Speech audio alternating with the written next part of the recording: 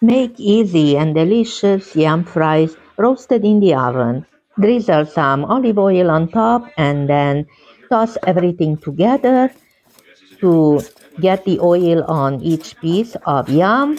And then add some salt, add some black pepper, and I use also Szeged chicken rub, just a sprinkle on top.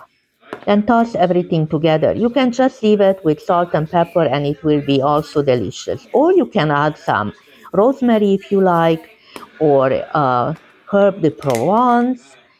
It's your choice, whatever you prefer. Salt and pepper, it will be fine also. And sometimes I like to add, if you want a kick, you add some cayenne pepper. Once it's done, then you just scatter them on a parchment lined baking sheet in a single layer if possible. And then I also sometimes like to add some smoked paprika that gives it a nice smoky flavor. And then bake them at 375 degrees for about 20 minutes or as long as it needs to get them nicely browned.